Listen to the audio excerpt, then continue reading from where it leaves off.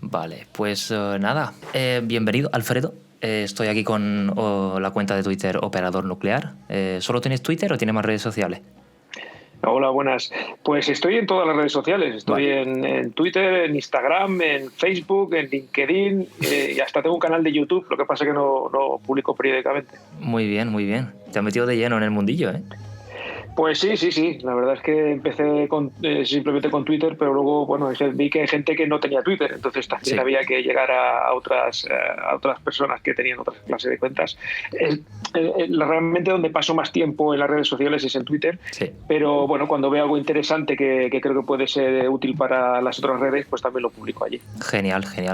Pues vamos a empezar un poco con tu trayectoria, qué es lo que has estudiado, cómo lo elegiste. Yo supongo que desde chico tuviste claro que querías ser ingeniero, ¿no? Digo, normalmente suele ser el caso. Sí. Eso es una cosa que he tenido claro siempre. Siempre me gustaba saber cómo funcionaban las cosas. De hecho, había un libro que me encantaba cuando era niño que se llamaba así, ¿Cómo funcionan las cosas? Estaba dibujado, además era de estilo cómic, estaban dibujados con mamuts. Era un libro, no recuerdo el autor, pero realmente era precioso el libro, ¿no? Y siempre me ha apasionado aprender y sobre todo aprender cómo funcionan las cosas. Entonces, desde muy pequeño tenía claro que quería ser ingeniero. Pero tampoco tenía clara la ingeniería, es decir, en principio me decantaba más hacia la mecánica, incluso quería ser diseñador de coches o algo relacionado con la automoción. Pero cuando fui ya empezando a hacer bachillerato, luego tuve que decidirme ya por una carrera, la verdad es que no tenía claro, el problema que yo tenía es que no sabía qué carrera hacer, porque me gustaban prácticamente todas las ingenierías. Hay gente que tiene el problema contrario, pero yo era ese, no me decantaba incluso por arquitectura, por mecánica o eléctrico, cualquier tipo de ingeniería. Y me decanté por telecomunicaciones porque pensé o me aconsejaron que era quizá la ingeniería más versátil, la que me podía dar más apertura a más temas diferentes. Siempre me ha gustado también mucho la informática y me decanté por eso, no era porque tuviera una vocación hacia las telecomunicaciones, ni siquiera al sector nuclear, porque bueno, era algo que me interesaba también, pero no tenía ninguna intención. Y entonces hiciste telecomunicaciones, supongo en el plan antiguo, ¿no? Sí, la técnica, la ingeniería técnica, que son 3 años. Sí. Genial. Y bien, disfruté mucho con la carrera, y empecé a trabajar de programador. Una de las salidas típicas de los informáticos, de los telecos, es hacer de programador. Programaba en varios lenguajes de programación, pero sobre todo me dediqué a trabajar en SAP R3, un lenguaje de programación que se llamaba ABAP 4, que no sé si todavía existe. Creo que o igual habrá evolucionado de alguna manera. Te estoy hablando de los años 90, claro. Mediados de los años 90. Al principio esa cosa normal. Sí. Todavía íbamos con routers de estos con 3G, o 2G, ¿no? 2G. No, que va. De hecho, a mí me explicaron el 2G. Lo explicaron la última clase de telefonía móvil, en la carrera. La última clase nos dijeron, bueno, os hemos hablado algo de telefonía, también un poco de telefonía móvil, que era analógica, que se llamaba Moviline, y lo siguiente es la telefonía móvil digital, que eso va a ser la revolución. Te hablo de a principios de los 90. Fíjate cómo ha cambiado todo esto ahora, ¿no? Ahora estamos hablando aquí directamente a través de Internet, ¿no? Sí. Entonces, claro, ¿y cómo empezaste como programador? ¿Y cómo fue evolucionando un poco tu carrera profesional hasta llegar a trabajar en una central nuclear? ¿Cómo se llega hoy en día a trabajar en una central nuclear? Hoy en día se llega, lógicamente, obteniendo, si es para trabajar en sala de control, porque claro, hay diferentes puestos de trabajo en una central nuclear. Hay básicamente 2 perfiles, los más típicos, que son formación profesional, grados, se les llama ahora, y ingeniería, tener algún tipo de ingeniería que sea aplicable a una central nuclear, ¿no? Para obtener el puesto que tengo yo, que es tener la licencia de operador de reactor, y luego obtuve la de licencia de supervisor, necesitas tener una ingeniería que puede ser cualquiera, esencialmente porque, claro, la formación te la van a dar ellos. Es una formación de 3 años, muy estricta. Claro. Sí, que si quieres luego traemos en algún detalle más, pero es una formación que te habilita para operar un reactor nuclear. Y una central nuclear y un reactor nuclear tienen muchos aspectos tecnológicos asociados. Hay ingeniería mecánica, hay ingeniería eléctrica, química, instrumentación, física nuclear, por supuesto, Sí. Materiales. Tenemos que saber de muchos temas, ¿no? Entonces, claro, no pueden elegir a una persona que tenga 5 o 6 carreras. Eso sería inviable porque Sí. tendría 50 años, ¿no? Entonces, ¿qué hacen? Pues lo que hacen es que seleccionan a una persona que ha demostrado su capacidad para obtener una ingeniería, que tiene conocimientos sólidos de física, de matemáticas, de química, que ha demostrado esa capacidad de aprendizaje, y luego le dan una formación específica en cada uno de esos temas, ¿no? ¿Qué es lo que ocurre? Que cuando alguien tiene ingeniería mecánica, pues cuando se habla de válvulas, se habla de líneas, yo qué sé, de golpes de ariete, de este tipo de asuntos relacionados con la mecánica, pues bueno, lo pasa bien, esa parte la lleva bien. Cuando ya hablamos de parte electrónica, pues lo lleva peor, ¿no? Sí. Entonces, ¿cómo accedí yo a esta formación? Pues ahora lo que hay normalmente son ofertas de empleo, que es lo que suele haber en cualquier empresa, ¿no? Las publican periódicamente. En el caso de las centrales nucleares españolas, lo publican en una empresa que se llama Psicotec. Es una empresa de selección de personal, sí. Pero en mi caso fue bastante más indirecto. Yo simplemente acabé la carrera, envié currículums a todas las empresas a las que me interesaba trabajar, como informático, como telecos. Yo qué sé, Telefónica, Movistar, las televisiones, diferentes empresas, y unas de ellas pues fueron las centrales nucleares que tenía más cerca, que eran Ascó y Vandellós 2, pensando que necesitarían algún informático, algún telecos para sus redes informáticas y tal. Y les envié currículum. 2 años más tarde me llamaron de Ascó y me dijeron que 2 años, sí, 2 años más tarde, que es cuando yo estuve trabajando de programador, como te había dicho. Y entonces me dijeron, estamos hablando ya de los años 90 y 98 aproximadamente, es cuando me dijeron que si quería, que había sido preseleccionado para entrar digamos, a una selección de personal para obtener la licencia de operador de reactor y turbina. Pues le dije que era eso, porque no tenía ni idea de lo que era. Yo pensaba que me llamaban por lo de las redes, y me contaron de qué iba, me pareció muy interesante, me explicaron las condiciones económicas. ¿Tú no habías estudiado ni habías visto nada de una central nuclear? Nada. ¿Sabías lo que sabe toda la gente? Lo que sabe todo el mundo que ha hecho bachillerato. Claro. Y un bachillerato tecnológico, ¿no? Sí, sí. Un poco una idea general. Sí, nada más, ¿no? Y me pareció muy interesante. Me pareció muy interesante. Estuve hablando un buen rato con el hombre que me llamó. Y entonces pues dije que sí, no tenía nada que perder. Y bueno, voy a intentar pasar la selección. Fui el primer día, me encontré con 500 personas, aparte de mí.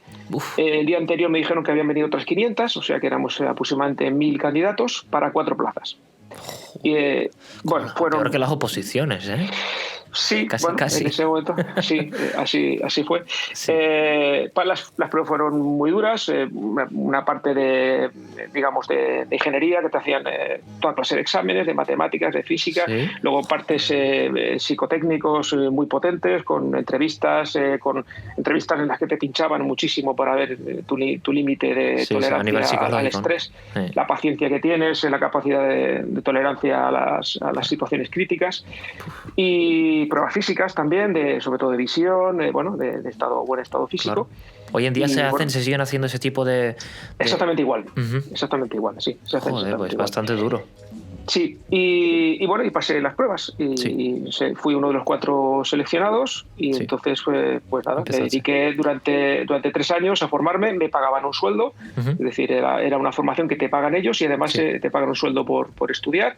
Durante 3 años no tienes garantía de que te van a dar trabajo pasados esos 3 años. De hecho, durante mi contrato, todavía está vigente, dice que durante ese periodo de formación, si no pasaba las pruebas, me podían echar en cualquier momento. Claro. Pero como ya las he pasado, pues ya no me pueden echar por eso, ¿no? Sí. Pero fue así, fue un proceso muy duro. El aprobado de todas las pruebas era un 8, no podías aprobar con menos de un 8.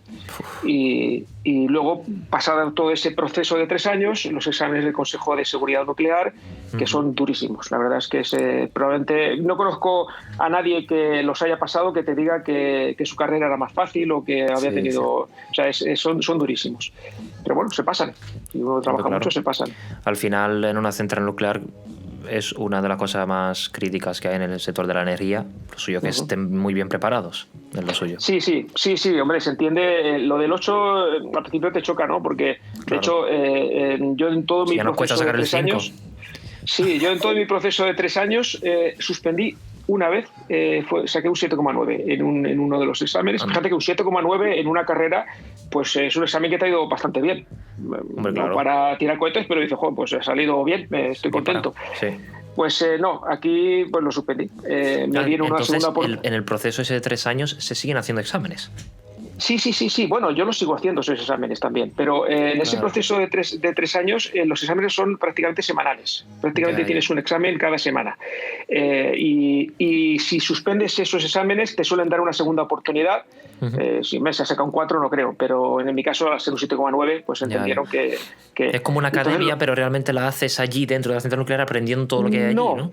No, es una empresa externa que se llama Tecnatom, que tiene 2 sedes, una en Madrid y en San Sebastián de los Reyes y otra en Hospitalet de Tenerife, en Tarragona. Tiene 2 sedes, que es donde tenemos también los simuladores, donde entrenamos, y esa es la empresa que nos realiza la formación. Está auditada por el Consejo de Seguridad Nuclear, por supuesto, y a esta empresa le paga las centrales nucleares para realizar la formación. Tenemos un vínculo muy, muy grande con ellos. Luego, cuando, ya te digo, durante cada semana te van haciendo exámenes y luego ya es cuando el Consejo de Seguridad Nuclear, una vez pasado todas las pruebas de Tecnatom y Tecnatom dice que eres apto para presentarte al examen, es cuando te presentas a los exámenes, que son durísimos. Exámenes de planta, exámenes de simulador, exámenes escritos, 3 días escribiendo sin parar y si pasas todas esas pruebas por encima del 8, pues entonces obtienes la licencia. Y después, ¿cuál ha sido un poco así de resumen tu trayectoria desde entonces? ¿Te sacaste la licencia entonces supongo por los 2001, 2002? Sí, a finales del 2000 me obtuve la licencia y entonces empecé a trabajar en enero del 2001 como operador de reactor y turbina. ¿Llevas 20 años trabajando de eso? Pues sí, la verdad es que sí. Sí, 20 años cumplido ahora en enero.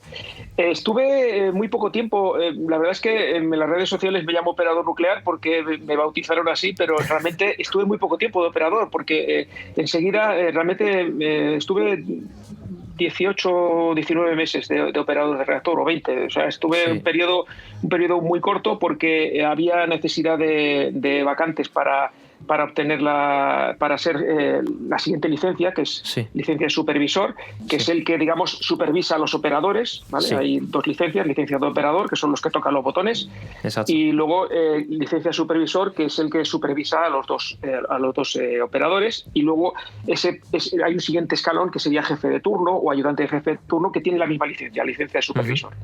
Bueno, pues en mi caso hubo vacantes porque había gente había jubilaciones y había necesidad, y consideraron que era uno de los que estaba mejor preparados. Entonces sales del turno, dejas de trabajar, te siguen pagando tu sueldo y estás 2 años más formándote para obtener licencia de supervisor, que es todavía más dura. Nuevamente es un 8 también para el APRO, es lo mismo, pero con más exigencias todavía que la de operador. Lo que pasa es que, claro, como se basa en esa, es como hacer una carrera, antes una carrera de 3 años y luego la de 5, ¿no? Pues no deja de ser una complicación un poco más, pero si tienes una buena base, eso también te ayuda, ¿no? Y como había estudiado recientemente, pues la verdad es que bueno, me fue bien y obtuve también la licencia de supervisor. Con lo cual, estamos hablando de que el año 2004 ya empecé como jefe de sala de control y así he estado pues 11 años estuve aproximadamente, hasta el 2015 aproximadamente por ahí. Y entonces es cuando me ascendieron a ayudante y jefe de turno, que es el puesto que tengo actualmente. Vale, qué bien. Una buena trayectoria. Bueno, sí, es un poco atípica porque normalmente los operadores suelen pasar entre 5 y 10 años como operadores. Claro. Pero en mi caso había necesidad y bueno, me ofrecieron y pasé las pruebas y ya está. ¿Y cómo es que ahora también tienes que currar por la noche de vez en cuando? ¿Cómo es el horario? Bueno, porque el trabajo en una sala de control es 24 horas, 365 días al año. Yo también trabajo en un centro de control de energía renovable, no había nuclear, pero de energía renovable. Y sé cómo trabaja a turno y es duro.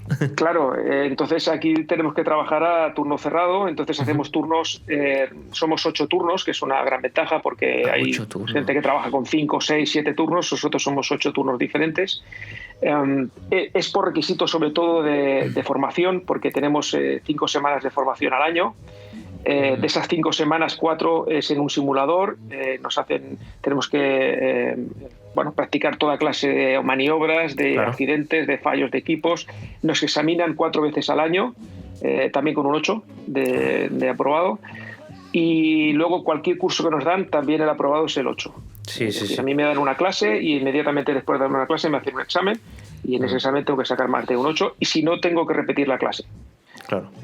Y podría incluso, si por ejemplo suspendiera varios exámenes de simulador, podría perder incluso la licencia. Tendría que estar un tiempo para recuperarla, unos meses para intentar recuperarla de nuevo. Claro, ¿no? es una manera de asegurarte de que estás continuamente en tus plenas facultades de seguir realizando el trabajo, porque al final si tú haces un examen ahora, pero dentro de 3 años, si esos fallos críticos o esos fallos que ocurren una vez o que no ocurren a lo mejor nunca, se te olvidan. Después de varios años es imposible que te acuerdes del procedimiento exacto que hay que seguir en cada situación. Claro. Es normal. Exactamente. No, incluso y lo del 8 tiene también mucho que ver con eso, ¿no?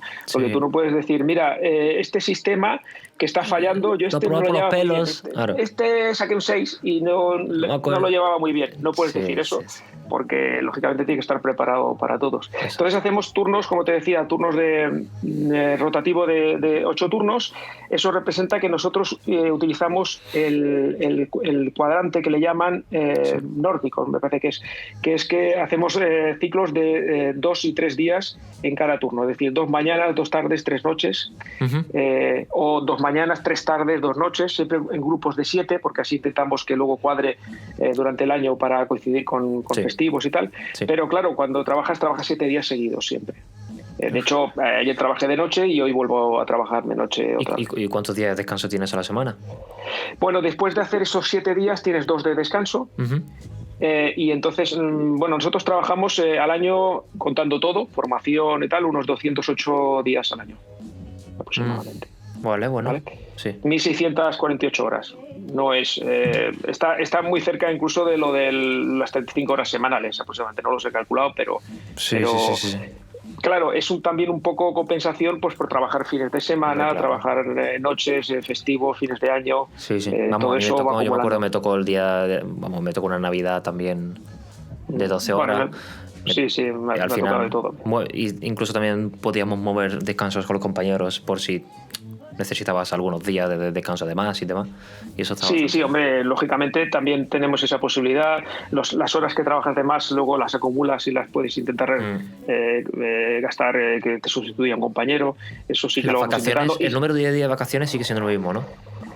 Sí, bueno, igual que lo mismo que cualquier trabajador, ¿no? Quizá tenemos algo más, por eso te digo, porque acumulas un poco más y entonces, si un trabajador tiene 4 semanas al año, pues nosotros tenemos 6, el equivalente a 6. Lo que pasa es que van repartidas en todo el año, ¿no? Entonces yo nunca tengo más de 3 semanas de vacaciones seguidas, eso nunca. Lo normal es 2. Sí, guay. Y...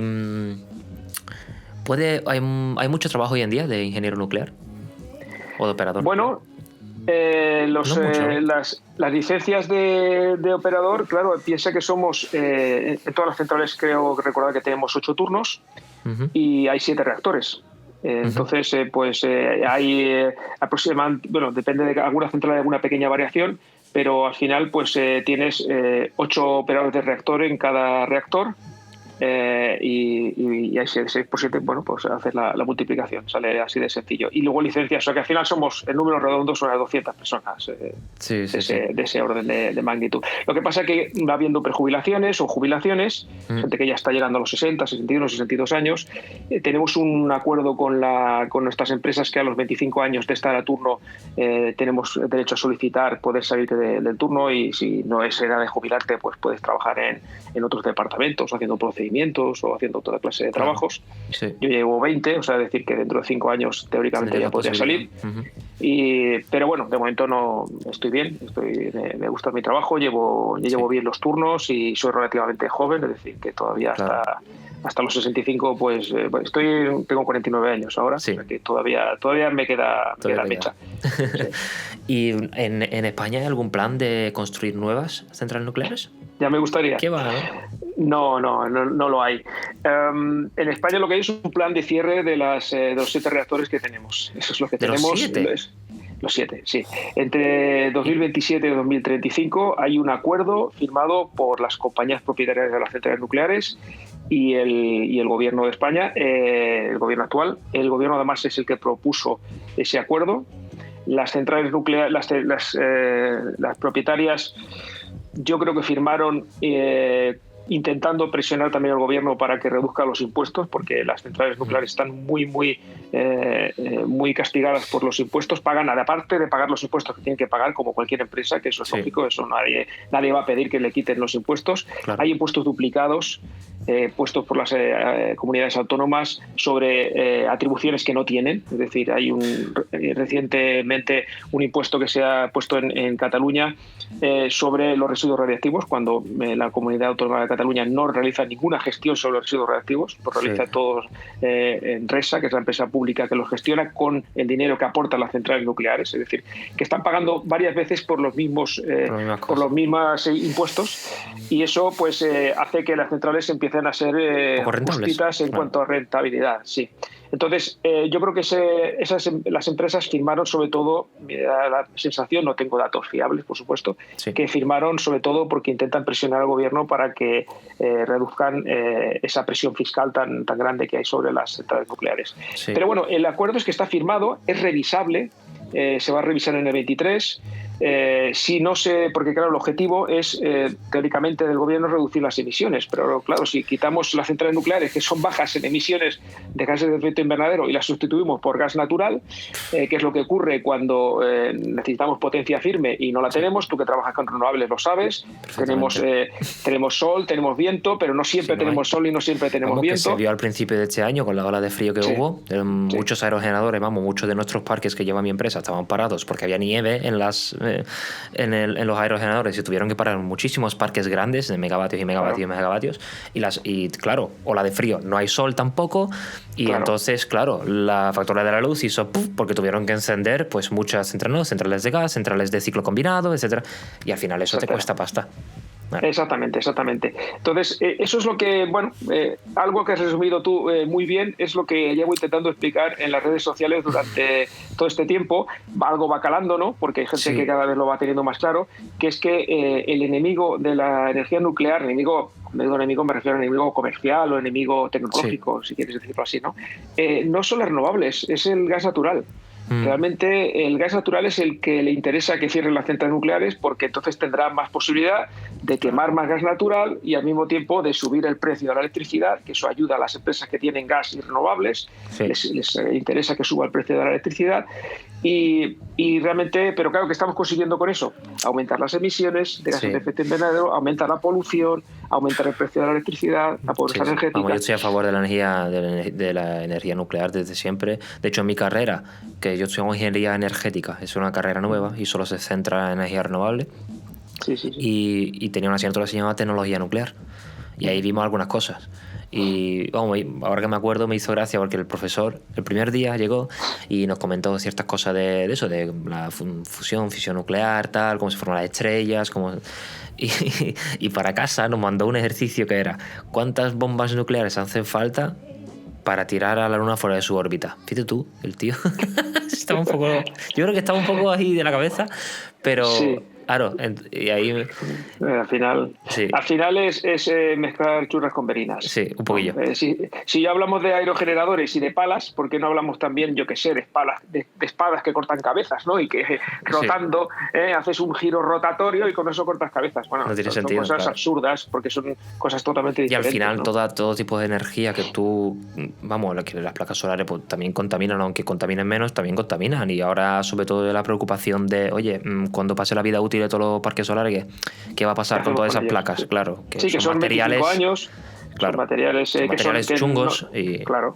Y algunos son tóxicos, es decir, que la gente piensa que son de silicio, pero ahí ya hay paneles solares que tienen arsenuro de galio, que es arsénico, tienen materiales como plomo, tienen materiales que se tienen que gestionar, que se tienen que reciclar, pero que no son inocuos, ¿no? Exacto. A mí cuando me hablan de que si la energía nuclear contamina porque genera residuos radioactivos, yo siempre digo que una batería de un móvil, si está en nuestro bolsillo y está utilizándose para funcionar, para que funcione el móvil, lo está alimentando, esa batería no está contaminando el medio ambiente. Exacto. Si esa batería termina su ciclo de vida y la llevamos a un sitio donde se recicla esos materiales y se tratan con seguridad, tampoco están contaminando el medio ambiente. Exacto. Pero ¿y cuántos sí contaminan miles el medio de millones ambiente? de baterías al año se quedan sin funcionar, porque toda la gente cada año cambia el móvil. Exactamente. Entonces, ¿estamos diciendo que esas baterías contaminan? Pues depende de cómo se traten. Exacto. Si se tratan con seguridad, no contaminan o contaminan mínimamente. Y eso es lo que ocurre con la energía nuclear. Si nosotros tratamos los residuos, como lo estamos haciendo desde que tenemos centrales nucleares en España, con seguridad, los residuos de media y baja actividad los almacenamos en un almacén que tenemos en Córdoba, en el Cabril. Los de alta actividad los almacenamos de momento en las centrales nucleares, que no tenemos un almacén centralizado porque nuestros políticos no se quieren poner de acuerdo. Hace más de 15 años que está en trámites hacer un almacén y no se ha hecho todavía. Pero de momento se almacenan con seguridad en las centrales nucleares. Y esa cantidad de residuos que tienen baja o media o alta, si hay tantas toneladas, supongo que habrá muchísimas toneladas de residuos. Esa suma no, será una pregunta que se hace a mucha gente, ¿no es nociva o puede pasar algo o puede? ¿Cuál es la probabilidad? El problema es que la gente piensa que son muchos más residuos de los que en realidad son. Sí, ¿no? Te voy a poner un ejemplo. Un reactor nuclear de 1000 megavatios. Tú sabes lo que son 1000 megavatios. Es una potencia muy grande, ¿vale? Estamos hablando de que es un reactor de grandísima potencia, como los que tenemos en España. Durante un año genera aproximadamente una cantidad de 9 metros cúbicos de residuos de alta actividad. 9 metros cúbicos. 9 metros cúbicos. Y de esos 9 metros cúbicos, en realidad, el residuo es bastante menos, porque en realidad son elementos combustibles que tienen canales por donde tiene que pasar el agua para refrigerar. Exacto. Es decir, que podríamos compactarlos seguramente a una tercera parte, así en números redondos, o la mitad. O la mitad, ¿vale? Sí. Porque tienen muchas partes huecas, ¿no?, en su interior, y tienen materiales estructurales que no son residuos de alta actividad, sino que serían de media. Pero realmente lo único que tenemos de alta actividad es lo que está dentro de las varillas de los elementos combustibles. Pero bueno, vamos a poner números redondos. 9 metros cúbicos. Eso cabe en un cuarto de baño pequeño, para que nos entendamos. Y esos son los residuos de un año entero funcionando al 100% de potencia. Entonces, la cantidad de residuos que tenemos es muy gestionable porque es pequeña, relativamente pequeña. No es tan grande como la gente piensa. Luego, además, esos residuos los almacenamos inicialmente en una piscina de combustible porque necesita refrigerarse durante al menos 5 años. Pero desde hace ya varios años existe la tecnología, y la estamos aplicando, de extraer esos residuos e introducirlos, pasados esos 5 años, en unos contenedores que son de acero inoxidable, llevan un recubrimiento de plomo y llevan recubrimiento también de hormigón. Esos contenedores están pensados para que como mínimo entre 70 y 100 años sean capaces de mantener la estanqueidad y que no afecte la radiactividad de esos elementos combustibles que van decayendo. Pase lo que pase. Están diseñados para terremotos, para inundaciones, fuego, por supuesto, impactos de avión. De hecho, un ejemplo que mucha gente no sabe, Fukushima, el grave accidente de Fukushima tuvo un gran impacto, por supuesto, radiológico. Fue un grave accidente nuclear, ambiental. Digo muchas veces, y creo que es importante saberlo, sin muertes por radiactividad. Eso no sé, la ciencia es lo que nos dice, que de momento no se ha producido afortunadamente ninguna muerte por radiactividad pasados incluso 10 años. Pero realmente fue un grave accidente. Sin embargo, Fukushima tenía combustible en contenedores almacenados en seco, como lo estamos haciendo en nuestras centrales nucleares. Esos contenedores recibieron el impacto del tsunami, el seísmo por primero y luego el tsunami, y esos contenedores están intactos, es decir, su combustible está en perfectas condiciones. Después del tsunami. Sí, después del tsunami y después del seísmo. El combustible que sufrió fue el que estaba en las piscinas y en los reactores, que se quedó sin refrigeración. Pero esos contenedores resistieron perfectamente esos dos impactos, ¿no? Con lo cual, para que te hagas una idea de que está muy bien preparado.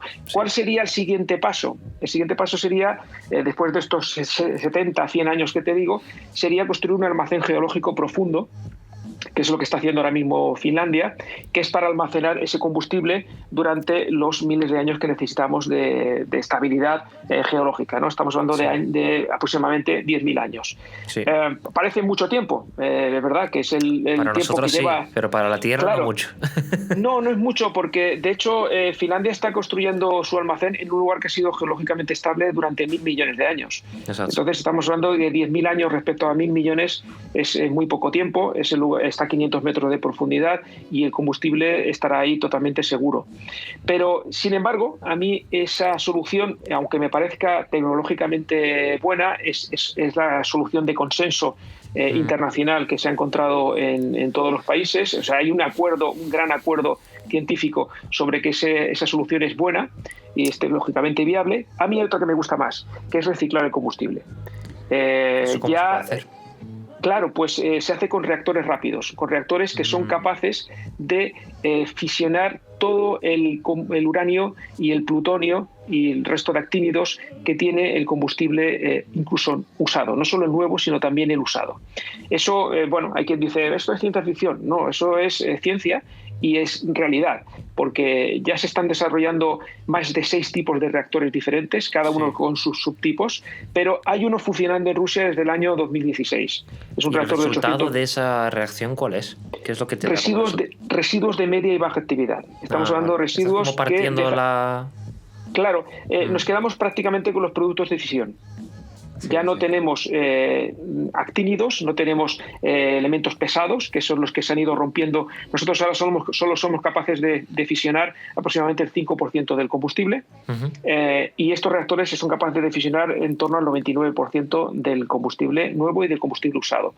¿Qué es lo que quedan? Los productos de fisión. Y esos son residuos de media y baja actividad, sobre todo media actividad. Dejarán de ser peligrosos en unos 300 años, pero hemos de tener en cuenta que decaen exponencialmente, es decir, que el decaimiento, la desintegración es exponencial, es decir, cae muy rápidamente al principio y luego más despacio después. Es decir, que en unas décadas el combustible usado ya prácticamente sería muy poco peligroso, o al menos se tiene que vigilar, lógicamente, pero ya mucho menos. Sí, que tiene que haber un control y ya está. Sí. Pues sí, esa era una de las preguntas, lo de los residuos, sin duda que ahora ha quedado bastante más claro. Y quería preguntarte que teniendo las centrales nucleares que hay hoy en día en España, puede haber accidentes nucleares, a lo mejor no sé si exactamente como los que ya hubo, pero podría ocurrir una desgracia mayor. No sé, ahora por ejemplo estamos viendo que en los últimos años la Tierra y el clima y el calentamiento global está afectando un poco a eso, a cosas más extremas, clima más extremo y demás. ¿Tú crees que eso podría afectar, y teniendo la seguridad que se tiene hoy en día en las centrales nucleares de España o incluso alrededor? No sé si Portugal tiene alguna central nuclear, creo que no. No, Portugal no tiene. La pregunta, mira, te lo voy a responder con toda la sinceridad. Nadie puede asegurar que una central nuclear ni ningún elemento tecnológico, ninguna máquina sea absolutamente seguro. La seguridad absoluta no existe en nada en la vida. Es decir, ahora mismo el techo, espero que no te pase, pero el techo de la habitación donde estás se puede caer. Y el mío también, ¿no? Nadie puede asegurarme que eso no va a ocurrir. Sí. Pero lógicamente hay probabilidades. Sí. Y para eso existen las revisiones, para eso existe la profesionalidad, las supervisiones de los trabajos que se realizan, y para eso sí se aprende también de la experiencia, ¿no?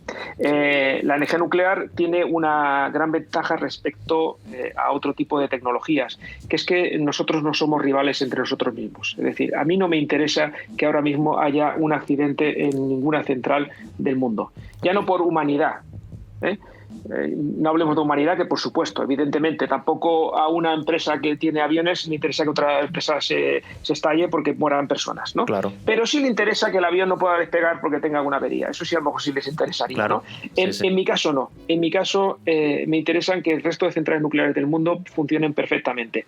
¿Por qué? Porque si esas centrales funcionan bien, mi trabajo va a seguir funcionando también, es decir, las centrales nuestras van a seguir funcionando, porque si hay un problema en una central del mundo nos va a afectar a todas, o si ellos tienen algún problema, ese problema también lo podríamos tener nosotros. Exacto. Y entonces, ¿qué es lo que se hace? Se comparte la experiencia. Cualquier cosa que pase en una central nuclear del mundo, de cualquier lugar del mundo, incluida China, incluida Rusia, se comunica al resto de centrales nucleares para que analicemos si eso nos puede pasar a nosotros. Claro, si eso pasa con un tipo de válvula que está fallando, imagínate que el tipo de válvula neumática, pues después de no sé cuántas horas de funcionamiento, empieza a perder aire por la campana y la válvula pues no acaba de funcionar bien. Lo que hacen es comunicar a todas las centrales nucleares del mundo eso. Los que tenemos esa válvula, lo que hacemos es pensar, bueno, pues ese modelo lo tenemos, vamos a analizar cómo están las nuestras y si es necesario las sustituimos. Claro. Eso es una gran gran experiencia. Pero claro, imagínate una experiencia mucho mayor, que es un accidente nuclear, ¿vale? Sí. De ahí se obtienen muchísimas más lecciones aprendidas, ¿no? Primero, descartemos que un accidente como el del Chernóbil, ni por sus causas ni por sus consecuencias, es reproducible en los reactores actuales, porque es un tipo de central totalmente diferente. No es comparable. Es decir, Hindenburg también volaba y no es comparable con los aviones que tenemos actualmente, porque su tecnología es totalmente diferente. Exacto. Entonces, un accidente como el de Chernóbil no es viable, posible en las centrales nucleares actuales, y sus consecuencias tampoco. ¿Por qué lo digo así tan claramente? Porque Chernóbil no tenía edificio de contención, además de muchas medidas de seguridad que tenemos nosotros. Ese edificio cilíndrico que tienen las centrales nucleares acabado en cúpula, que es un auténtico búnker de más de 1 metro de espesor, de hormigón armado, con recubrimiento, un liner, recubrimiento de acero inoxidable interior, es totalmente estanco, está preparado para resistir el impacto de aviones repletos de combustible y, por supuesto, de accidentes nucleares. Ese tipo de edificios no lo tenía Chernóbil y, lógicamente, por eso las consecuencias también fueron muy graves, ¿no? Sí.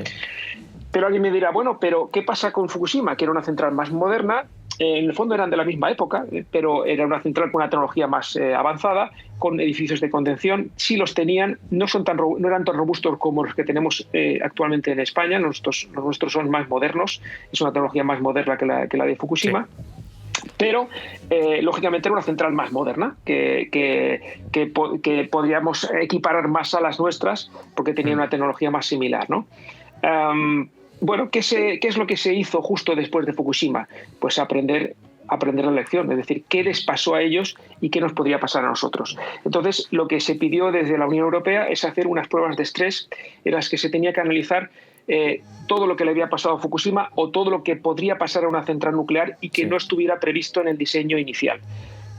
Un apagón completo de la red eléctrica, una inundación, qué riesgo de inundación tenemos en todas las centrales nucleares españolas.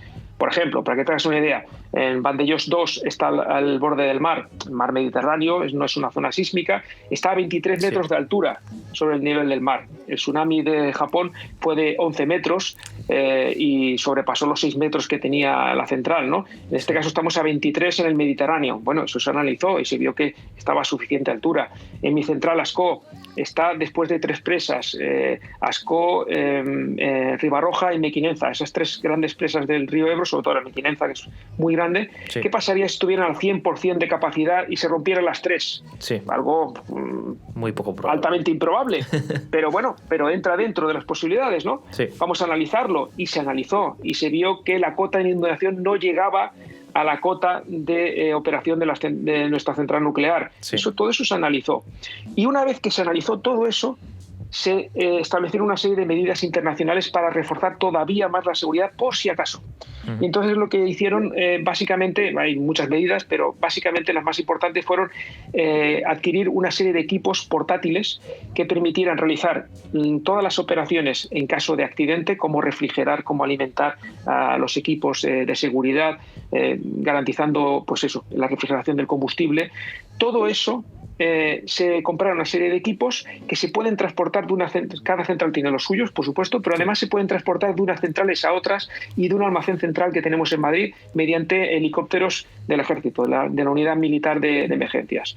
Entonces, todos esos equipos ya se compraron, se han entrenado, se nos han entrenado a nosotros para utilizarlos, se han hecho pruebas, se hacen pruebas, se hicieron pruebas inicialmente, pero se siguen haciendo pruebas periódicas para cada uno cada 2 meses o cada 3 meses cuando le toca. Y todo eso se está haciendo ¿para qué? Primero, para intentar evitar que un accidente ocurra, con lo cual hemos minimizado las posibilidades de que haya un accidente, todavía más, ya las teníamos muy bajas, pero todavía más bajas, pero además minimizar el impacto de ese accidente. De tal manera que si Fukushima hubiera tenido todas esas medidas que tenemos nosotros, imagínate que le hubiera arrasado el tsunami igual, porque estuviera a la altura que estaba, si hubiera tenido todas las medidas que tenemos nosotros, el impacto habría sido muy, muy, muy, muy inferior al que ha tenido realmente. Ya. Pues muy interesante eso, y me parece genial que se haga ese tipo de estudios. Sí. Otra pregunta que quería es,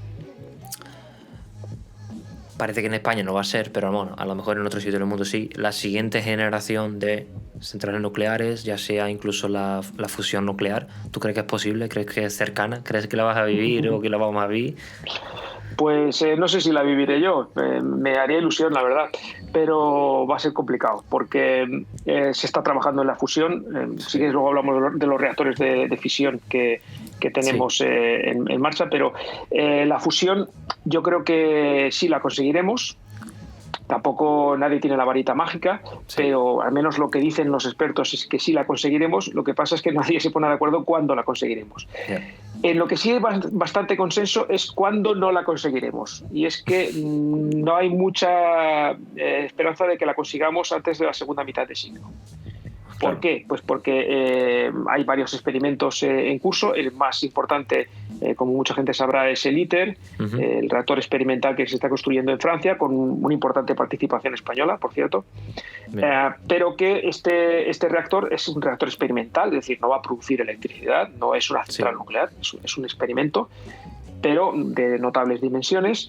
Se espera que en el año 2025 se está construyendo y espera que en el 2025 ya empiecen a crear el primer plasma, pero no se espera que se pueda producir ya la primera fisión hasta los años 30, 35, 37.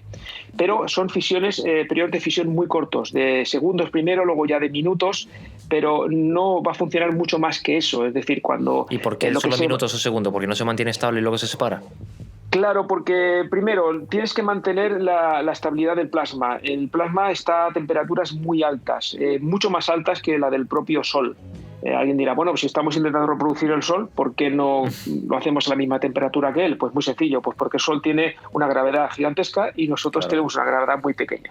Y eso al Sol le ayuda. La capacidad de que el hidrógeno esté cada vez más compacto, eso también es gracias a la gravedad tan grande que tiene el Sol.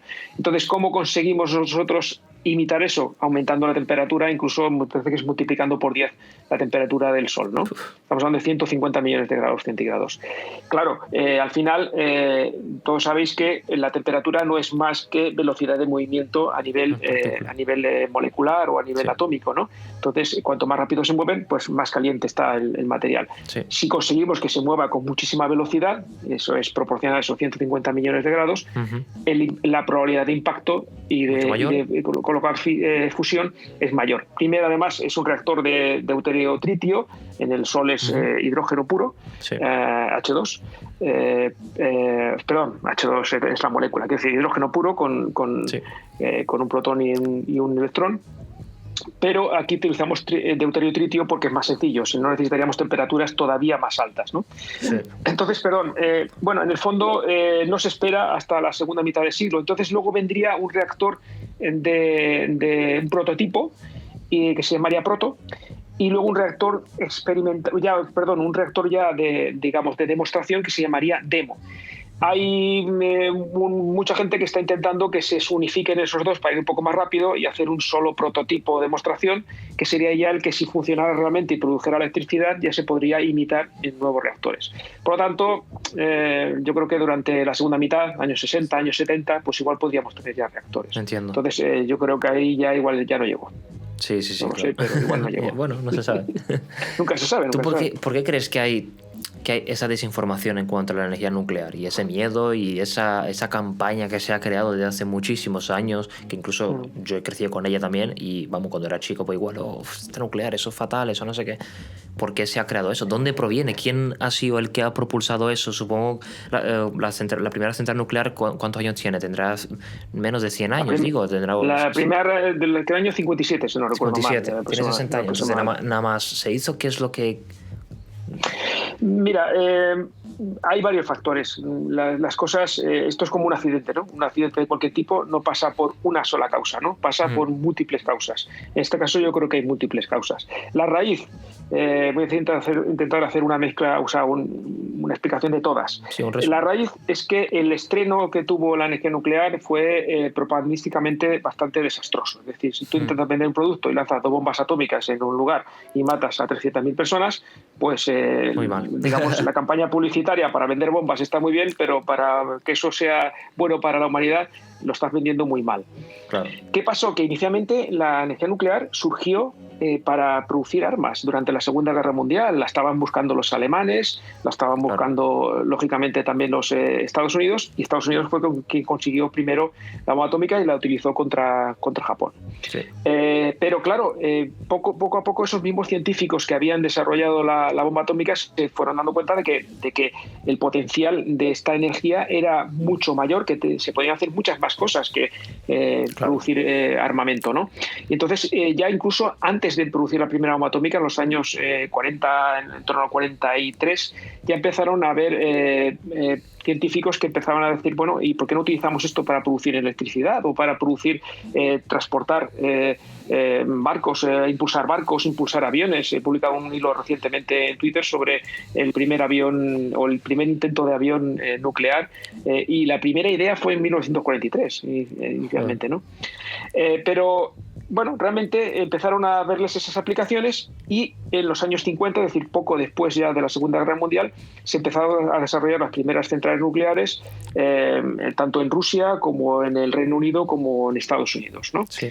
Calder Hill en Estados Unidos, en el Reino Unido, no recuerdo el nombre de la central de Oblix, no recuerdo, empezaba por O, la primera central soviética, que se considera que si quizá fuera el primer reactor, lo que pasa es que era un reactor de muy poca potencia, no tenía mucha capacidad comercial, pero estamos hablando de finales de los años 50. Sí. A partir de ahí se empezaron a construir centrales nucleares y se empezó a separar el camino de la energía nuclear civil de la energía nuclear militar. Pero ¿qué ocurrió durante todo ese tiempo? Que se produjo la carrera armamentística. Sí, claro. Tanto la Unión Soviética como Estados Unidos empezaron a armarse, otros países se fueron añadiendo también, Francia, Inglaterra, diferentes países, Reino Unido, se fueron añadiendo al club nuclear, y realmente la gente fue asociando nuclear a malo. Claro. Bueno, es comprensible en cierto modo, ¿no? Entonces es cuando empezó a haber cierto ya rechazo social hacia la energía nuclear, sencillamente porque lo asociaban a algo malo, algo que producía muerte y daño, ¿no? Sí. Y sin embargo, el vínculo entre estas industrias estaba separándose. Es decir, nosotros, las centrales nucleares, no tenemos ningún vínculo con la industria militar. Nuestro combustible no se utiliza para hacer bombas, ni se puede utilizar para hacer bombas. No es un material que se utilice. Tú no lo puedes sacar de una central nuclear y meter una bomba porque no explotaría. Entonces, digamos, y además no necesitas centrales nucleares para producir bombas, es decir, que necesitas otro tipo de tecnologías como centrifugadoras o equipos de difusión gaseosa, ¿no? Entonces, ¿qué pasó? Que empezó la gente a estar, digamos, a relacionar una cosa con la otra, pero entonces empezaron a surgir también organizaciones ecologistas, especialmente Greenpeace, que se oponía a las pruebas nucleares, en una postura que me parece muy buena y muy buena para la humanidad. Es decir, claro, se oponían al uso militar de la energía nuclear, y estoy totalmente de acuerdo, que ese uso debería desaparecer. Ha existido, no podemos negarlo, pero vamos a dejar de utilizarlo si sabemos que no es bueno para la humanidad. Lo que pasa es que, bueno, hay muchísimos intereses en ese sentido, pero empezaron a mezclar una cosa con la otra interesadamente. Yo no sé, aquí ya no puedo saber quién está detrás de todo esto. Pero si esto lo hacen porque en Greenpeace hay gente, en plan, a ver, hay científicos dentro de la organización. Es que... Sí, bueno, no se nota mucho su presencia porque por los argumentos que utilizan son bastante pobres, pero lo que yo no puedo afirmar es que realmente cuál es el objetivo. Quizá intentando pensar bien, simplemente es que considero que muchos de ellos están convencidos de que la energía nuclear es muy mala, es el mal de la humanidad, y otros piensan que, bueno, yo creo que a nivel de organización esto les da adeptos.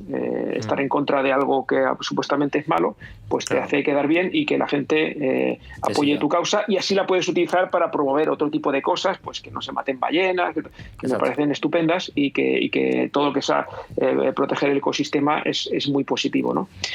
Bueno, hay quien habla de otro tipo de intereses que se han mezclado ahí, como intereses de petroleras, intereses gasísticas. Ha habido mucha injerencia de ese tipo de tecnologías y de industria en contra de la energía nuclear, pero ya los vínculos con las organizaciones ecologistas simplemente son rumores y no se puede demostrar nada de eso. Pero todo eso ha ido influyendo. Y a eso le sumamos un desconocimiento muy grande de la sociedad sobre la energía nuclear. ¿Por qué? Porque quien ha hablado de energía nuclear ha sido quien estaba en contra de la energía nuclear. Exacto. Quien ha estado a favor o quien sabe del tema, pues lo ha intentado, pero no se le ha escuchado, ¿no? Y eso ha ido ocurriendo y sigue ocurriendo mucho. ¿Hasta cuánto? Pues hasta últimamente que parece que los que estamos intentando que con la las redes nuclear, sociales al final también ayudan mucho, internet. Sí.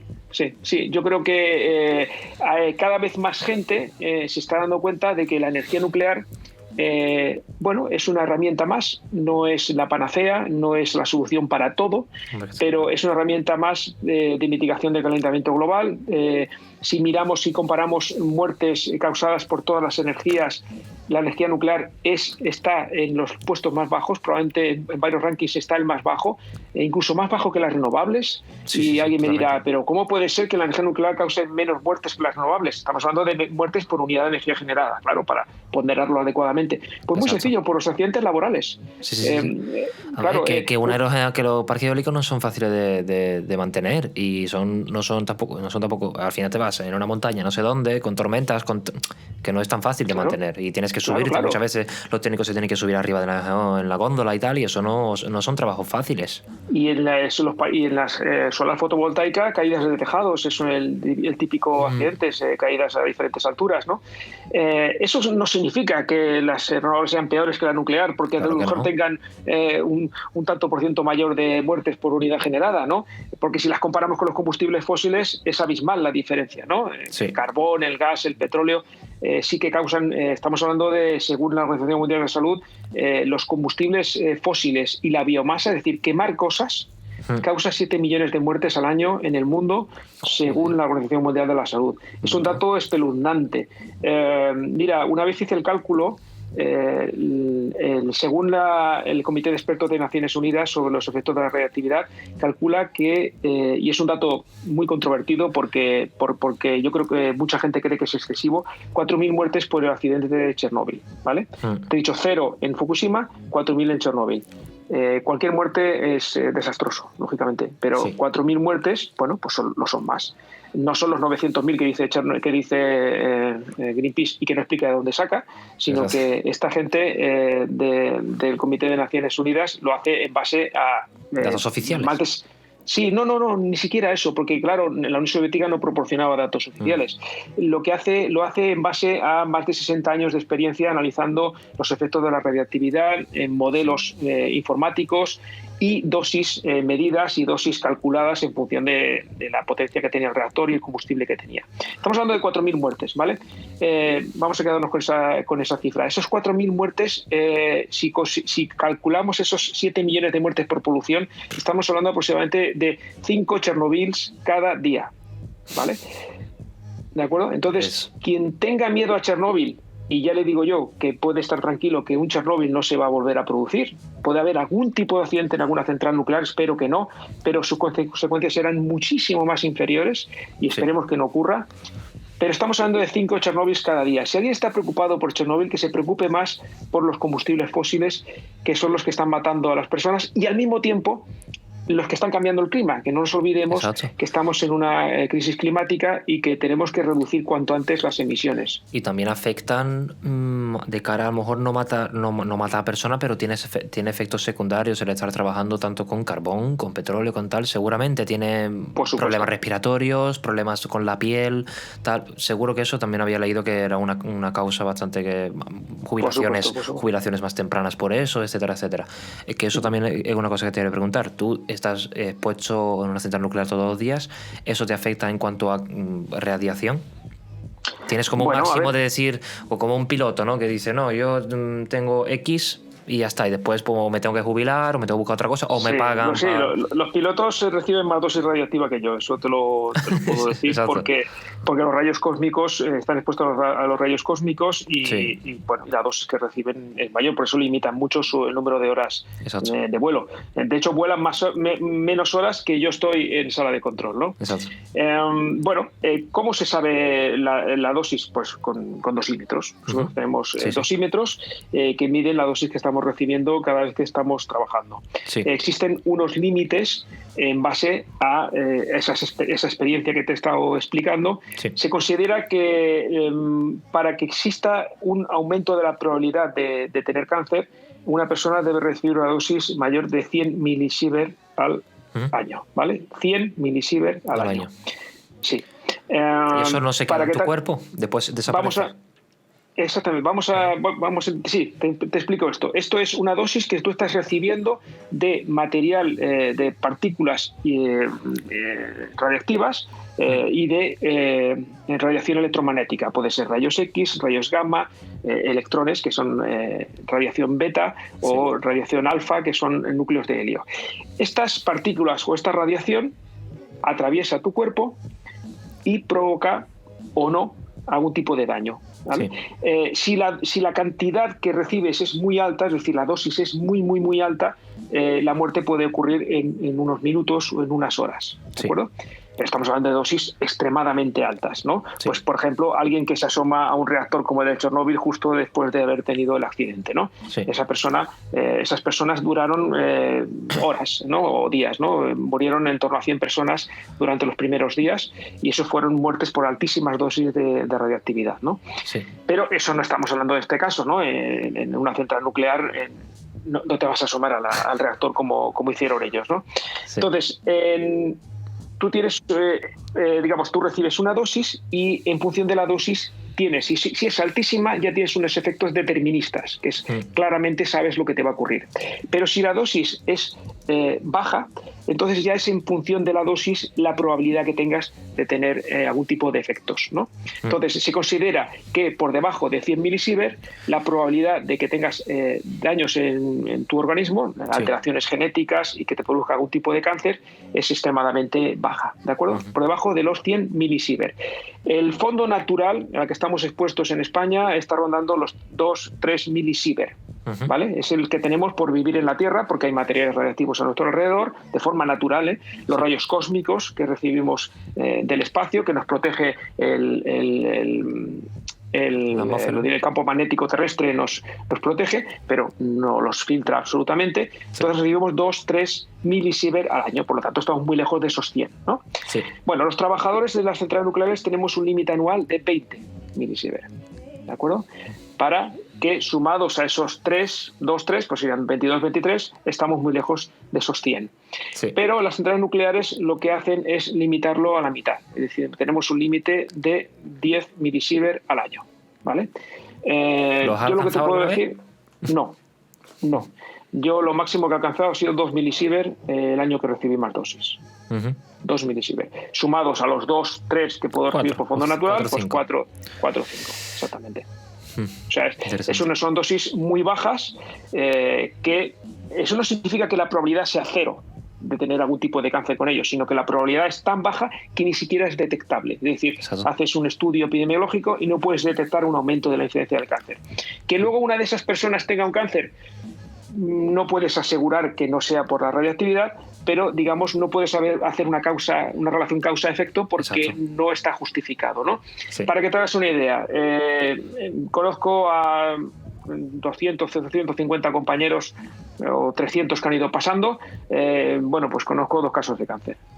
Entonces, ¿quién no conoce a 300 personas que no hayan tenido 1 o 2 casos de cáncer? Viene a ser más siempre o menos. Alguien cercano, desgraciadamente.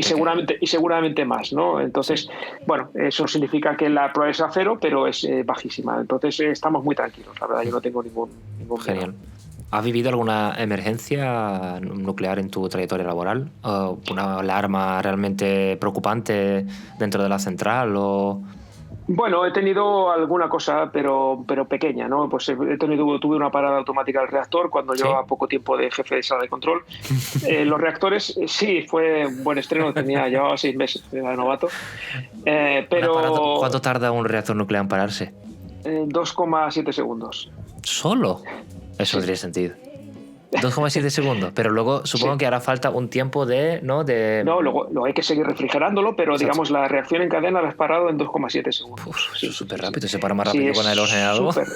Es súper rápido, es súper rápido. Tenemos, porque está todo relacionado con la seguridad, ¿no? De hecho, ese es, digamos, el mayor tiempo, porque los reactores BWR de agua en ebullición, como el que hay en Cofrentes, en Valencia, ese para en 1,5 segundos, si no recuerdo mal. Sí, es 1,5 segundos. Es más rápido todavía, porque el sistema de introducción de las barras de control es neumático. Y el nuestro es por gravedad. Simplemente es lo que tardan en caer por gravedad, y como son 4 metros, pues 4 metros caen en eso, en 2,7 segundos.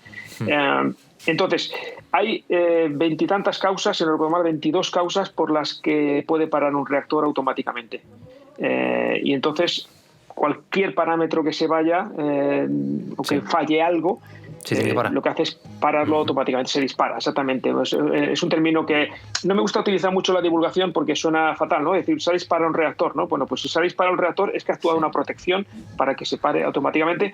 Mucha gente lo asocia, o sea, esto viene de la tecnología eléctrica, ¿no? Ha disparado el diferencial. Que haya disparado el diferencial no significa que haya salido volando, sino que lo que ha hecho ha sido actuar. Pasa lo mismo con los parques eólicos, con las subestaciones de los parques eólicos, las plantas solares, que cuando Red Eléctrica, por ejemplo, pues manda una consigna y los parques eólicos no echan cuenta por X fallo, después de 15 minutos te puede cortar el grifo y es lo que va a hacer, y se dice que se dispara el interruptor de la subestación. Es decir, que lo abren. Exactamente. Ya está. Abren un comando y abren el interruptor y ya no das energía a la red. De hecho, en nuestro caso, abren unos interruptores también. Entonces dejan de alimentar a las barras de control y como han perdido la alimentación eléctrica, que las mantiene arriba, caen por gravedad, ¿no? En mi caso la causa fue un fallo en uno de los transformadores de salida. Falló el transformador, pidió aislamiento y entonces actuó una protección para evitar el cortocircuito, y entonces en ese momento lo que hizo fue que disparó el alternador. Todo eso muy rápidamente, en décimas de segundo. Disparó el alternador, ese generador eléctrico, eso hizo disparar la turbina, con lo cual se cerraron sus válvulas, y eso hizo automáticamente todo en un segundo, en menos de un segundo, disparó el reactor. Y el reactor tardó, pues eso, los 2,7 segundos. Tiene que tardar menos, o sea, ese es el límite que tenemos. Tiene que tardar un poco menos. 2,7 segundos en parar. Yo estaba, pues eso, era casi la 1 del mediodía y ¡pum!, paró automáticamente. Y entonces, claro, tú en ese momento... Sí, tienes... claro, nosotros entrenamos en el simulador eso muchísimas veces. Yo cuando pasó eso, luego me puse a pensar y me puse a hacer cálculos, y a mí eso en el simulador me había pasado 400 veces. Claro. Cuando me ocurrió la primera vez real, ¿vale? Entonces, cuando algo te ha pasado 400 veces, aunque sea un simulador, es una cosa que la tienes muy, muy, muy trillada. Ya sabes muy bien lo que tienes que hacer, ¿no? Tenemos un procedimiento, lógicamente, tenemos que vigilar una serie de parámetros y tenemos que hacer una diagnosis de lo que le pasa en ese momento al reactor y cuál es la causa por la que ha disparado, ¿no? Claro, lo has hecho en el simulador, ahora es real, y en ese momento te pasa por tu mente, ¡pum!, ¿qué ha sido esto? Claro. ¿Por dónde ha venido? Al final lo sabes, lo único que es que, claro, como es real, al final la mente humana, pues, no se pone nerviosa, pero... Exactamente, un poco de tensión lógicamente tienes, ¿no? Pero había gente allí que luego me dijo, oye, se te ha visto muy tranquilo durante la situación, ¿no? Digo, bueno, es que claro, lo he hecho tantas veces que sabes muy bien lo que tienes que hacer, no tienes dudas, ¿no? Sí. Y en ese, pero por dentro, pues sí que llevas un poco de, bueno, a ver, ¿qué es lo que ha pasado? ¿Por qué ha sido esto? Claro, no sabes cuál es la causa, puede ser cualquier tipo de causa, ¿no? Exacto. En este caso es una causa eléctrica del exterior, de la parte no nuclear, con lo cual es lo mejor que te puede pasar, que sea una parte algo de fuera, que no tenga nada que ver con el reactor, ¿no? Entonces empiezas a seguir el procedimiento y empecé a decirle a los operadores lo que tenían que ir comprobando, y ellos me iban dando feedback, me iban respondiendo, y rápidamente vimos que era un tema claramente eléctrico. Entonces comprobamos que la planta estaba estable, que había funcionado todo bien. Esa es la situación. ¿Y en arrancar? ¿Cuánto tarda? En arrancar se tarda bastante más. En arrancar estamos hablando, depende de lo que consideres arrancar. Si consideramos arrancar desde que hemos cargado el combustible y hemos cerrado la tapa de la vasija y el combustible está a la temperatura ambiente, unos 30 grados, presión atmosférica, y tenemos que conseguir las condiciones nominales para poder luego empezar a subir potencia, pues estamos hablando de aproximadamente 3-4 días. ¿Vale? Unos cuantos días, sí. ¿Y cuál es el límite? Pero si ya estamos... Pero si ya estamos en condiciones nominales, es decir, ya tenemos la presión y la temperatura, la presión son 157 kilos por centímetro cuadrado, es la presión a la que trabajamos nosotros, es agua líquida, porque está a más de 300 grados, pero al tener tan alta presión es agua líquida. y entonces tenemos temperatura y presión, ya estamos en lo que llamamos condiciones nominales. Entonces subir potencia nos representa aproximadamente entre un día y dos, más o menos, depende del ritmo que subamos. En llegar a la potencia máxima. Sí, al 100% de potencia, subimos, llegamos al 100% de potencia y estamos, si todo va bien, que es lo habitual, es lo que nos está pasando durante estos últimos años. Cuando digo últimos hablo de 10-15 años. Lo normal es que vaya un ciclo completo, en el que arrancas, te vas al 100% y estás 18 meses al 100% de potencia, salvo alguna pequeña bajada de potencia que te pida red eléctrica, pues bajar al 70%, o algo así, ¿no? Pero lo normal ¿Recibís regulación de red eléctrica? A ver, eso es un tema que se está trabajando ahora, se está hablando mucho de él, porque las centrales nucleares españolas se diseñaron para funcionar siempre al 100%. Primero en ciclos de 12 meses seguidos, y ahora ya estamos, casi todos los reactores estamos en ciclos de 18 meses. Solo los 5 reactores de Westinghouse vamos a 18 meses, y el de Trillo, que es Siemens, son 12 meses todavía, ellos mantienen ese ciclo de 12 meses, y Cofrente son 24 meses, son ciclos de 2 años seguidos. Bueno, se diseñaron para funcionar al 100% de potencia durante todo ese tiempo, que es lo que se llama carga base, ¿no?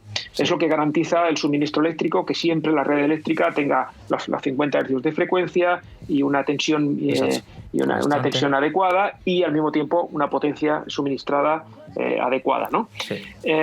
Pero, ¿qué pasó? Bueno, pues que poco a poco se van añadiendo nuevos agentes a la red eléctrica y empezamos a introducir energías renovables. Claro. Las energías renovables, que hay parte hidráulica, que esa también es regulable, puedes decidir cuándo tienes agua y cuándo no, salvo que haya sequía. Pero empiezan a introducirse las renovables variables, ¿no? Que las conocéis bien. Eso representa que ahora para gestionar esto necesitamos una cierta flexibilidad. La flexibilidad se ha ido adquiriendo estos años con el gas natural, con las centrales de ciclo combinado, que son centrales que son muy rápidas para cambiar de potencia. Nosotros somos muy lentos. Nosotros estamos hablando de que somos capaces de subir, para que te hagas una idea, del orden de 1 o 2 megavatios por minuto. Es un ritmo muy lento, ¿no? Es lento. Incluso cuando estamos en la parte final vamos a 0,5 megavatios por minuto, ¿vale? Eso es muy poco porque tenemos 1000 megavatios. Claro. Pero se diseñaron así. ¿Eso significa que somos inflexibles? No, eso significa que estamos diseñados para eso, pero que podríamos ser flexibles. Ya. Que eso a lo mejor uno tiene que avisar con antelación, que no pueden de repente ser como la energía renovable que te dice ello, esta consigna, ya. Y es que es lo que hacen con las renovables. Exactamente. Entonces lo que hacen es que nos avisan con antelación y nos dicen, bueno, para este fin de semana lo hemos hecho ya 3 veces o 3 o 4, pero 3 seguro, recuerdo este año, a mí me ha tocado varias maniobras. Este fin de semana va a haber mucho viento, va a haber poco consumo, y entonces interesa que bajéis potencia hasta el 70%. Entonces hacemos una bajada a 1 o 2 megavatios por minuto, bajamos hasta el 70% durante 2-3 horas, ¿no? Durante la bajada. Estamos así todo el fin de semana y luego ya nos piden subir, ¿no? Eso es ya una realiza pequeña... la regulación? Exactamente. Es decir, porque tú tienes la energía ya ahí, ¿no? ¿Y qué limitas? ¿La reacción en sí? ¿Químicamente es lo que limitas? Sí, bajamos el número de fisiones. Y eso lo que hacemos es, hay 2 maneras de hacerlo. Uno es introducir barras de control parcialmente, que las barras de control lo que hacen es absorber neutrones, es una aleación de plata, indio y galio. Claro, absorben neutrones, y al absorber neutrones producen menos fisiones, entonces baja la potencia del reactor. Pero solemos utilizar, eso crea ciertas distorsiones en la distribución del flujo neutrónico en el reactor. Entonces solemos utilizar más parte de barras, pero también parte de ácido bórico. El ácido bórico está disuelto en el refrigerante, el boro 10 es un absorbente neutrónico muy potente, entonces lo que hacemos es aumentar la concentración de ácido bórico dentro del refrigerante del reactor. Y entonces introducimos boro. Y entonces, de esa manera, al tener mayor concentración, absorbe más neutrones y baja la potencia del reactor. Cuando queremos subir la potencia, lo que hacemos es diluir, es introducir agua y extraer la misma cantidad de la mezcla que tenemos en el interior, ¿no? Todo eso, lógicamente, se hace con un sistema automatizado, con bombas, válvulas. Claro. ¿No? Un sistema, ¿Tienes estadística de cuántas reacciones hay dentro para, por ejemplo, a máxima potencia? ¿Cuántas fisiones? No lo sé. Ni idea, ¿no? No lo sé. No. ¿Y eso es grande? No me lo... No me lo imagino. El reactor... ¿Donde mira, exactamente se realizan las reacciones que producen la energía? Mira, la vasija del reactor tiene 12 metros de altura, 4 metros de diametro. Es grande, ¿vale? grande, y sí. tiene el tamaño, tiene la forma de la típica capsulita de plástico. Exacto. Donde vienen los Antibióticos, medicamentos, ¿no? Exactamente, es cilíndrica. Y ahí dentro se realizan todas las reacciones. Sí, pero concretamente donde se producen las reacciones es en la parte central, donde está el combustible, que es lo que llamamos el núcleo. Sí. O sea, esa es la vasija del reactor, pues dentro de la vasija está el núcleo, y el núcleo es donde está el combustible. El combustible ocupa prácticamente todo el ancho, los 4 metros de diámetro, pero tiene 4 metros de altura. ¿Vale? Sí, es decir, que tendrías como 4 metros por encima y 4 metros por debajo, en los que hay elementos estructurales y para conducir el agua y tal, pero que no está el propio combustible dentro, ¿no? Entonces tendríamos, para que te hagas una idea, todo se produce dentro de un cilindro de 4 metros de diámetro y 4 metros de altura aproximadamente. Ahí es donde se produce la reacción nuclear, ¿no? Entonces, como te decía, volviendo a lo de antes, sí. ¿No? No tenemos esa gran flexibilidad, pero esa gran flexibilidad la tienen en Francia, y tienen los reactores con la misma tecnología que nosotros. Son reactores de agua a presión, la misma tecnología exactamente. Y ellos sí tienen esa flexibilidad. ¿Por qué? Pues porque, claro, como tienen más de un 70% de la electricidad de origen nuclear, empezaron a necesitar tener la capacidad de hacer seguimiento de carga y de ajustar la curva a la demanda. Tienes muchos, pero cada uno va a 2 megavatios por minuto y tienes 50... ya estás subiendo muchísima potencia de repente. Claro. Entonces lo que hicieron fue instalar un sistema de control automático para que varios de sus reactores tuvieran la capacidad de hacer cambios rápidos de carga. Estamos ya hablando ya de cambios de entre 30 y 50 megavatios por minuto. ¿Vale? Que eso ya es una cosa más bastante decente, ¿no? Sí. Ese kit se puede instalar en las centrales nucleares españolas, y además te puedo decir que está en estudio. En todos los reactores se está estudiando la posibilidad de instalar ese sistema.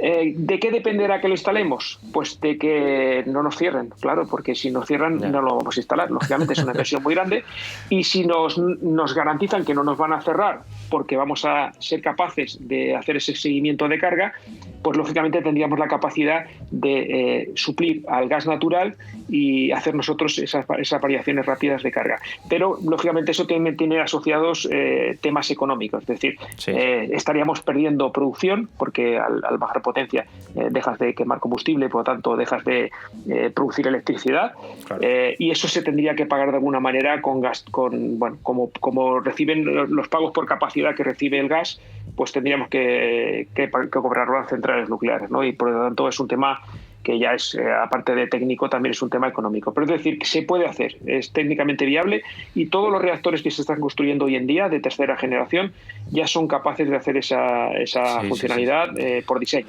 hasta 50 megavatios por minuto. Y una pregunta, si cerca de los años, de varios años, 5 o 8 años, os cierran la central nuclear, ¿tú qué piensas hacer?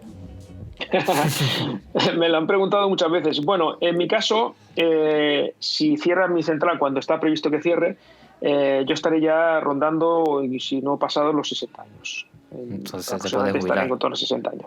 Entonces, no creo que fuera descabellado pensar que me podrían hacer una prejubilación. Claro. Sería más o menos lo razonable, ¿no?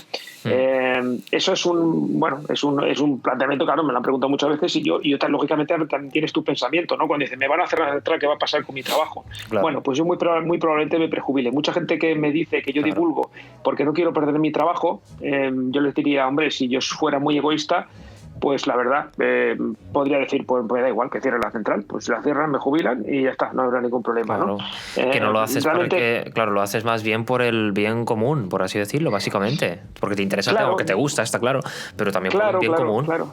Yo sinceramente lo hago porque me gusta y porque creo que es útil y porque creo que es necesario. Se junta un poco todo, porque claro, si no me gustara, pues a mí, tampoco tendría yo necesidad de estar haciendo todo lo que estoy haciendo en mi tiempo libre, sin que nadie me pague por ello. No, tú no me has pagado por esta entrevista, ni me vas a pagar, ni te he pedido nada. Ni nada de lo que hago en Twitter ni en las redes sociales tiene una contrapartida económica, ¿no? Claro. Bueno, sí, lógicamente he publicado un libro y ese libro, pues, lógicamente me representará algún pequeño ingreso. Acabaremos el podcast hablando un poco de tu libro. Perfecto.